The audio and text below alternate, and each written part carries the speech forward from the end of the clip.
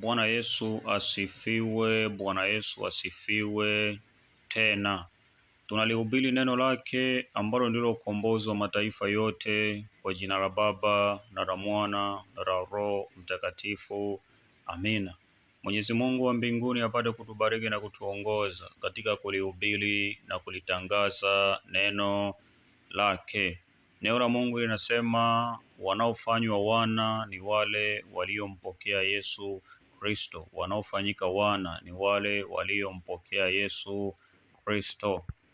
Tunajua kwamba Mwenyezi Mungu ambapo alikwisha kumtuma mwana katika ulimwengu, kuna wale ambao walikwisha kuweza kumkataa, lakini kuna wale ambao walimpokea. Ina maana waliompokea wale ndio wanafanyika kuwa wana wa Mungu. Ina maana hata leo wale ambao wamekwisha kulikiri jina la Yesu Kristo wa Nazareti aliye hai kuwa Bwana na Mwokozi wa maisha yao, ina maana hao ndio wana wa Mungu. Bwana Yesu asifiwe tena. Tunasema kwamba Mwenyezi Mungu anawafanikisha wote, lakini Mwenyezi Mungu anao aliyowachagua ambao wale wamekwisha kumpokea.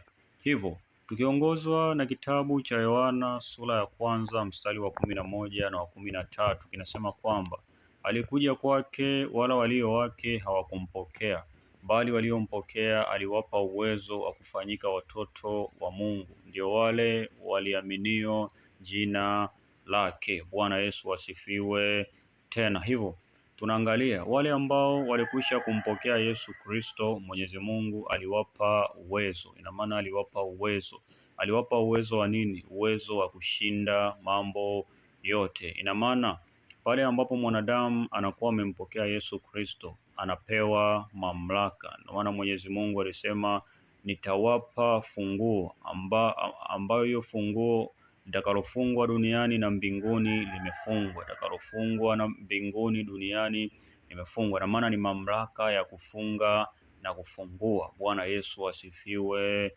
tena. Hivyo uwezo huo ndio ambao unatufanikisha katika mambo yote. Pale ambapo washirikina, waganga wanakuwa wanafunga, ina maana sisi tumepewa mamlaka ya kufungua kwa jina la Yesu Kristo wa Nazareti aliye hai. Hivyo ukiishi bila mamlaka, ina maana unakuwa umekubali kutawaliwa. Hivyo ufunguo huo una uwezo wa kufungua mafanikio yaliyofungwa, una uwezo wa kumfungua mtu yoyote ambaye amefungwa vifungo mbalimbali, ulevi, madeni, magonjwa na mambo mengine.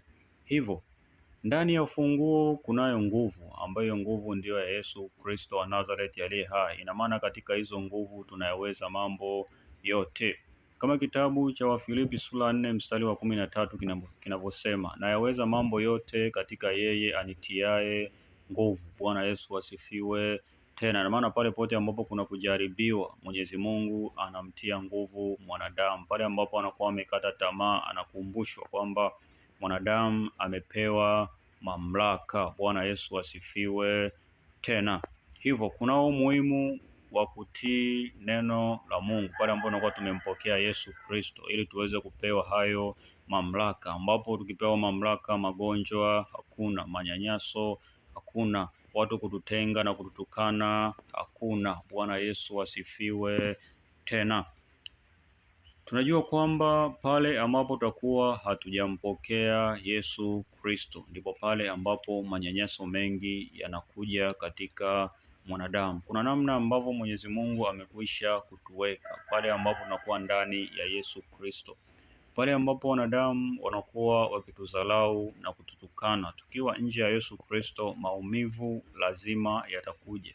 Lakini tukiwa ndani ya Yesu Kristo, hayo matukano yatabaki kwao. Na maana wanadamu watakuwa wakitukana, lakini sisi tutakuwa hatuyapokei hayo.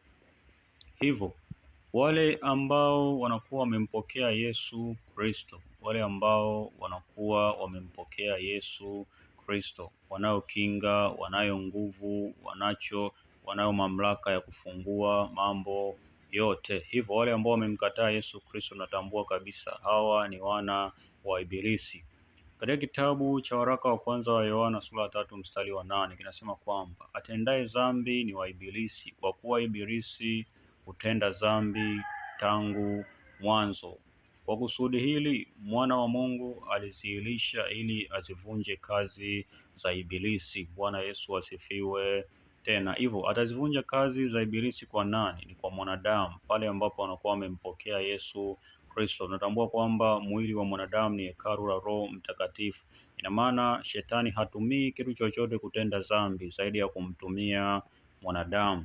Hivyo pale ambapo mwanadamu atakuwa hana Yesu Kristo, atatumikishwa kutenda mambo mbalimbali: uzinzi, wizi, matukano na mambo mengine. Hivyo Mwenyezi Mungu atazivunja kazi za Ibilisi kwa nani? Ni kwako wewe mwanadamu, ambapo utakuwa umempokea Yesu Kristo, kwa sababu ukimpokea Yesu Kristo atakufanya kuwa mwana wa Mungu. Hivyo basi tunatambua zipo pande mbili katika dunia moja, nuru na giza. Ina maana pale ambapo utaenenda katika mema utakuwa katika nuru, ukienenda katika giza utakuwa katika giza. Bwana Yesu asifiwe.